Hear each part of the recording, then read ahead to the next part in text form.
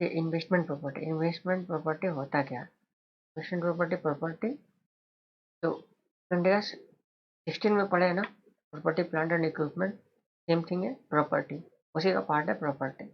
अब वो प्रॉपर्टी क्या होना चाहिए और प्रॉपर्टी और ये इन्वेस्टमेंट क्या होना चाहिए, दोनों का मतलब क्या है वो अलग अलग बताया हुआ है। तो प्रॉपर्टी क्या क्या हो सकता है, प्रॉपर्टी जो वहाँ पे डिफाइन किया हुआ है 16 में सेम थिंग है, ये भी प्रॉपर्टी सेम प्रॉपर्टी। यहाँ पे देखिए लैंड, बिल्डिंग और part of the land of building या बोथ, तो वो प्रॉपर्टी हुआ। अब इन्वेस्टमेंट प्रॉपर्टी क्या हुआ, जो कि प्रॉपर्टी दिया हुआ है क्या चीज़ के लिए, रेंटल के लिए और कैपिटल एप्रिसिएशन के लिए। ठीक है, या हो सकता है दोनों पर्पस के लिए। तो ये दो पर्पस है तभी वो इन्वेस्टमेंट प्रॉपर्टी हो सकता है। ठीक है, तो ये क्या है इन्वेस्टमेंट प्रॉपर्टी, ये दोनों बार हुआ तो अर्निंग रेंटल के लिए या फिर कैपिटल एप्रिसिएशन के लिए या बोथ। अब वो प्रॉपर्टी कैसा होना चाहिए, प्रॉपर्टी कौन सा होगा, प्रॉपर्टी में बोलता है या तो ऑनर ऑक्यूपाइड है, ऑनर सॉरी ऑनर प्रॉपर्टी है और लीज में लिया हुआ है। Owner property means legal owner है हमारे पास और लीज पे लिया हुआ है। लीज पे कौन सा लिया हुआ है, सारा लीज पे नहीं, जो फाइनेंस पे लिया हुआ है। ठीक है, जो फाइनेंस पे लिया हुआ है वही वही प्रॉपर्टी इन्वेस्टमेंट प्रॉपर्टी होगा। जो ऑपरेटिंग पे लिया हुआ है, क्योंकि वो ऑपरेटिंग पे हुआ तो वो तो फिर हम उसको रिकॉर्ड ही नहीं कर सकते ना हम लोग एज ए एसेट्स, तो वो नहीं रिकॉर्ड होगा। इसलिए यहाँ पे बोला है कि आप प्रॉपर्टी होना चाहिए, प्रॉपर्टी मीन्स एसेट्स होना चाहिए आपके रिकॉर्ड में। ठीक है, एज ए ऑनरशिप और लीज में। ठीक है, पर्पस तो बता ही दिया ना यहाँ, रेंटल रेंटल और कैप्रिसिएशन, कैपिटल एप्रिसिएशन।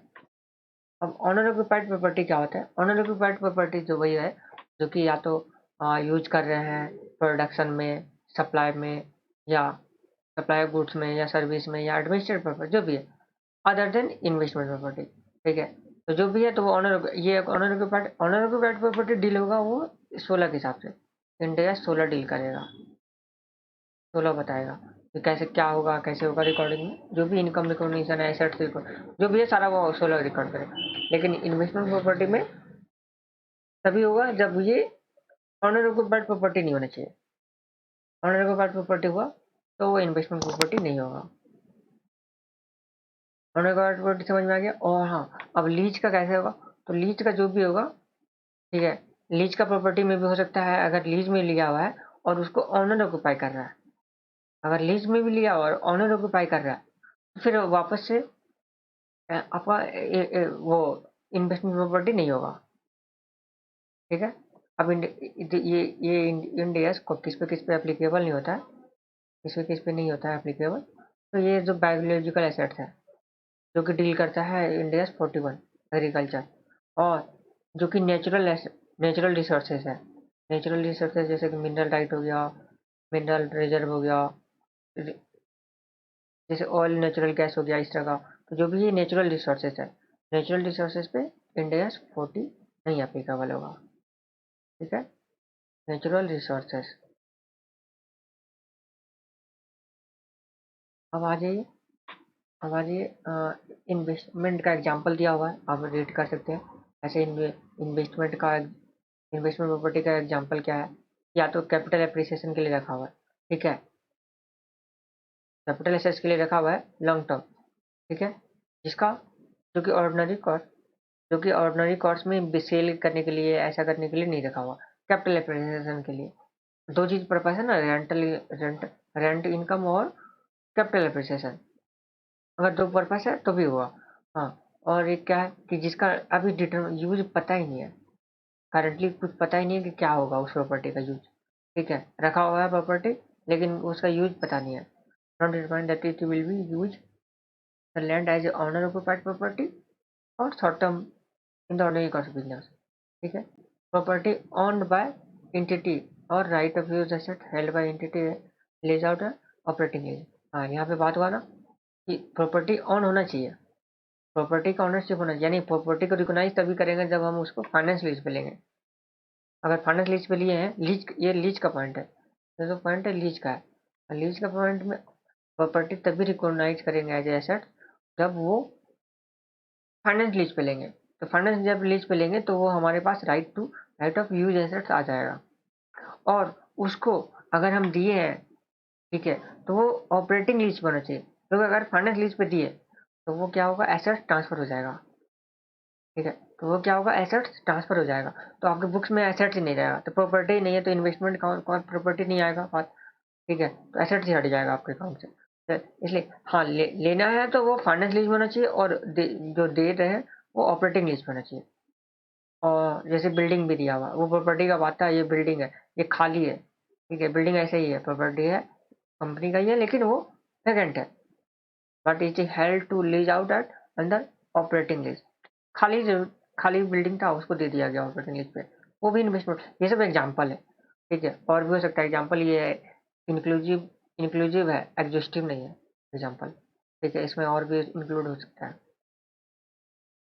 अब ये बात बोल रहा है एग्जाम्पल कंस्ट्रक्शन का और डेवलपमेंट का, अगर हो रहा है क्या चीज़ के लिए, future future use as investment property, पहले से ही पता चल रहा है कि इन्वेस्टमेंट प्रॉपर्टी के लिए ही उसको कंस्ट्रक्ट और डेवलप कर रहा है, वो भी एग्जाम्पल है। हाँ, लेकिन अब कौन सा एग्जाम्पल ये बोल रहा है कि कौन सा इन्वेस्टमेंट प्रॉपर्टी नहीं है, तो ये यहाँ पे एग्जाम्पल दिया हुआ है, नहीं है, ये है, नहीं है। नहीं है क्या, जो कि सेल करने के लिए रख रहा है, आइदर वो तो इन्वेंट्री हो सकता है, या फिर 105 में non current asset as a held for sale, वो उसमें चला जाएगा, तो वो इन्वेस्टमेंट प्रॉपर्टी में नहीं आएगा। या ऑक्यूपाइड है, ऑनर खुद से ये खुद में ही रख लिया है, मतलब ऑनर लोग ही ऑक्यूपाई कर रहे हैं उसको। ठीक है, तो वो भी नहीं आएगा एग्जाम्पल।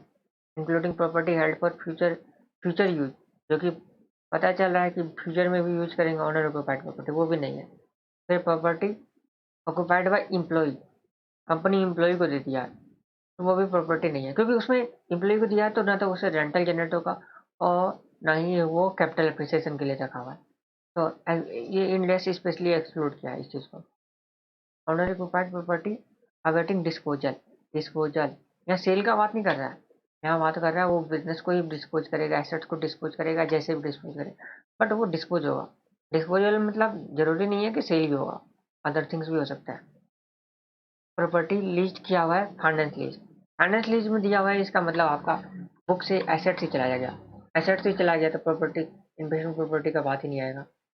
फिर प्रॉपर्टी हेल्ड फॉर एक से ज़्यादा पर्पज के लिए, for more than one person, one purpose.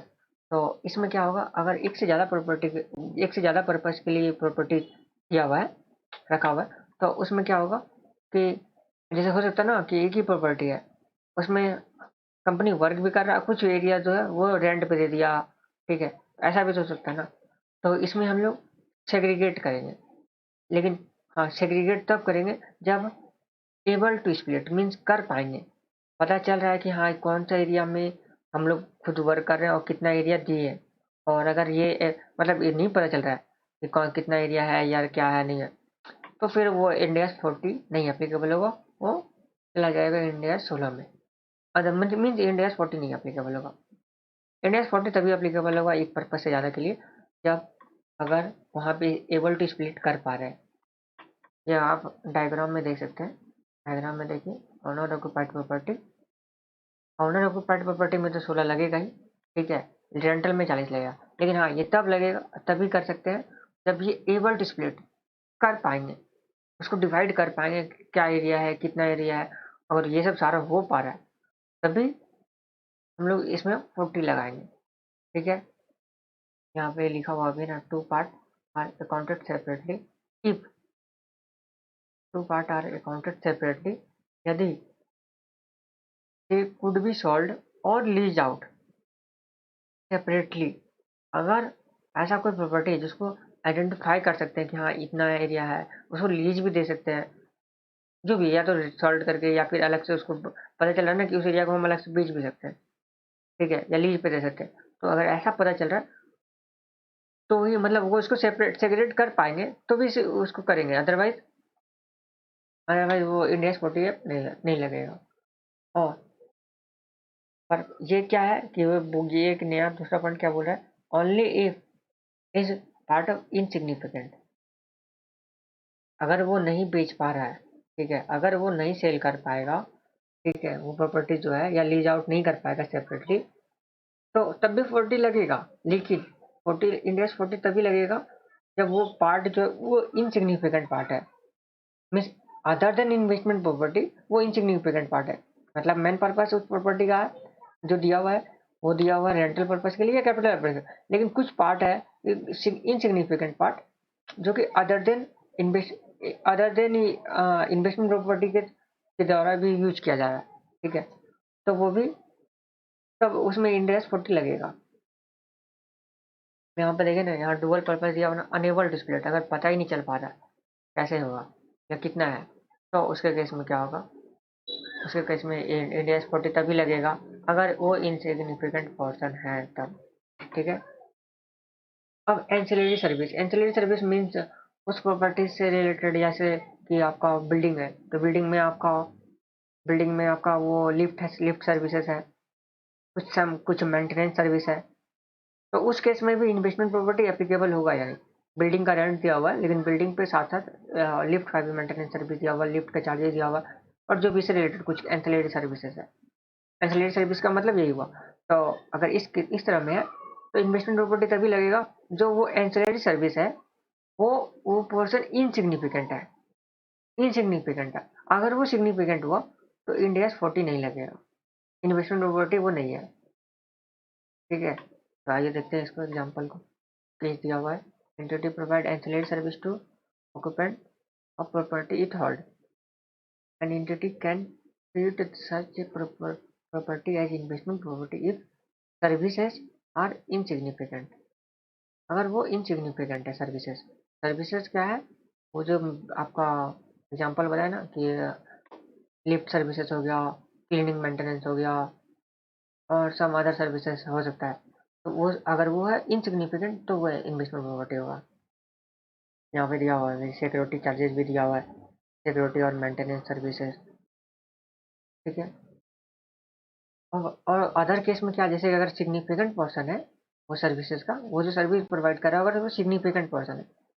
ठीक है, तो एग्जांपल देख लीजिए, an entity own and manage a hotel. ठीक है, होटल में वो क्या सर्विस प्रोवाइड कर रहा है to guest as as guest, hotel जो वो सर्विस प्रोवाइड कर रहा है टू गेस्ट को वो सिग्निफिकेंट है, वो सर्विस जो प्रोवाइड कर रहा है वो सिग्निफिकेंट है, तो अरेंजमेंट होता है। इसलिए वो जो प्रॉपर्टी है ऑनर मैनेज, तो क्या हुआ कि मैं बोल रहा कि इसलिए an owner manage a hotel is owner occupied, means owner जो होटल कर रहा है, तो इंडिया से ये डिफाइन कर रहा है कि वो जो ऑनर मैनेज कर रहा है होटल को, वो क्या है कि ऑनर ऑक्यूपाइड प्रॉपर्टी है। यानी बिल्डिंग जो है होटल जो है पूरा होटल बिल्डिंग वो हो गया ऑनर ऑक्यूपाइड प्रॉपर्टी, और वो डील होगा इंडिया 16 में, वो इन्वेस्टमेंट प्रॉपर्टी नहीं हो सकता। क्यों? क्योंकि वो जो बिल्डिंग दिया हुआ है बिल्डिंग, क्योंकि वो ना तो रेंटल पर्पज के लिए स्पेशली दिया हुआ और ना कैपिटल एप्रिसिएशन, वो दिया हुआ है क्या चीज के लिए, ऑनर मैनेज कर रहा है उस होटल को, एक ऑनर होटल मैनेज कर रहा है, या जैसे जो चाहेगा, कोई लॉन्ग टर्म पर्पज के लिए नहीं दिया हुआ है। यहाँ क्या है कि जो भी होटल है, सिंपल से देखिए ना, इंडिया 16 ये 40 डिफाइन किया, owner manage hotel is owner occupied property, ये ऑनर ऑक्यूपाइड प्रॉपर्टी है तो वो इन्वेस्टमेंट प्रॉपर्टी नहीं हुआ। ठीक है, और प्रॉपर्टी क्या हुआ, अब क्या हुआ यहाँ कंसोलिडेशन का बात हो गया, मीन्स एक ही कंपनी, मतलब इंडिविजुअली तो फाइनेंशियल स्टेटमेंट में तो जो था अभी तक पढ़ते आया वही लगेगा, जो इन्वेस्टमेंट इंडिविजुअल फाइनेंशियल स्टेटमेंट में सेम लगेगा, लेकिन जब बात आएगा कंसोलिडेशन का, कंसोलिडेशन फाइनेंशियल स्टेटमेंट में क्या होगा, एक एंटिटी हो जाएगा और एक पेरेंट है जो मैन है, जो ग्रुप जो कंसोलिडेट करेगा।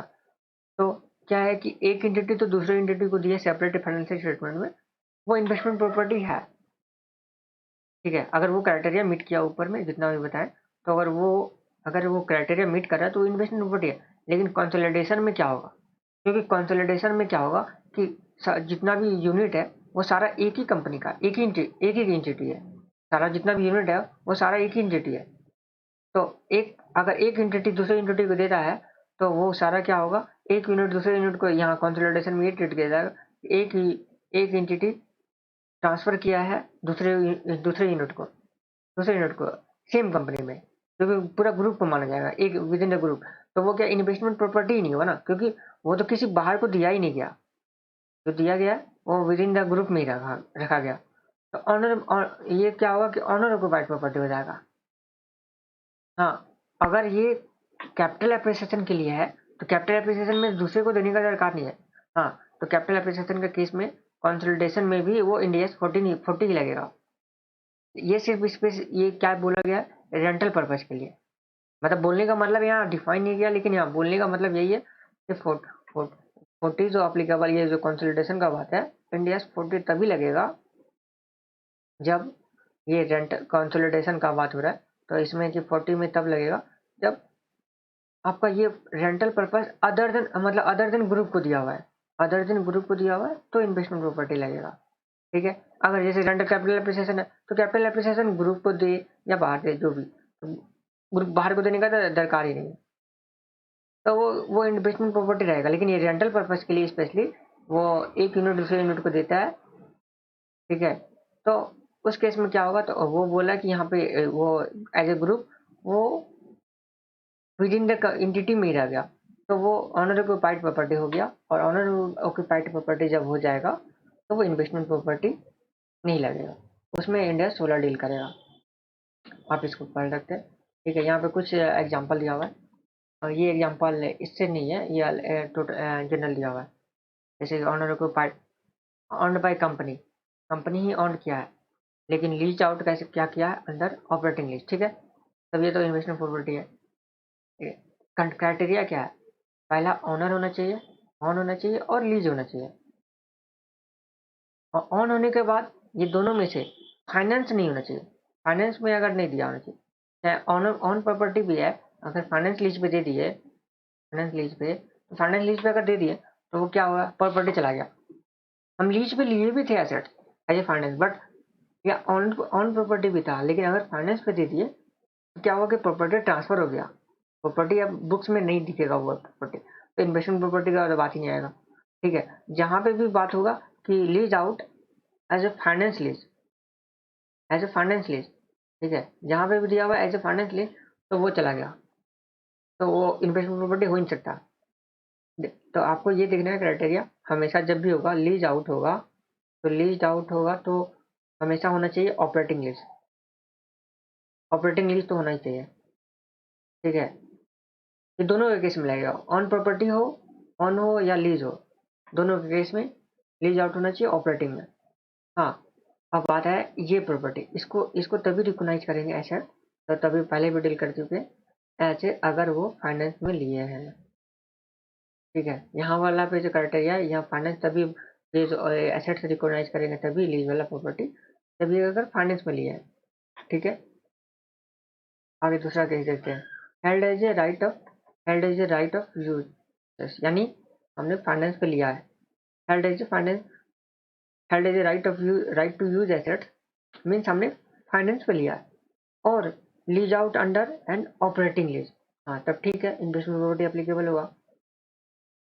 यहाँ पे भी फाइनेंस पे लिए हैं और लीज आउट किए हैं अंडर फाइनेंस लीज, यानी चला गया एसेट, लीज आउट कर दिए अंडर फाइनेंस लीज, तो ये इन्वेस्टमेंट प्रॉपर्टी लगेगा नहीं। ठीक है, ये डिफिनेशन मीट नहीं किया, डिफिनेशन जो था इन्वेस्टमेंट प्रॉपर्टी का मीट नहीं किया। ठीक है, property acquire with Vue for development and resale, resale का बात कर दिया, रीसेल हो गया तो नहीं लगेगा। Property partly owned occupied property and lease out under operating lease, property क्या, owner occupied property, property partly, पूरा प्रॉपर्टी नहीं है, तो जितना है वो डिपेंड करता है कि कैसे, कितना कितना एरिया है, सिग्निफिकेंट है या नहीं है। अगर सिग्निफिकेंट है तब तो फिर 16 लगेगा, 14 नहीं लगेगा।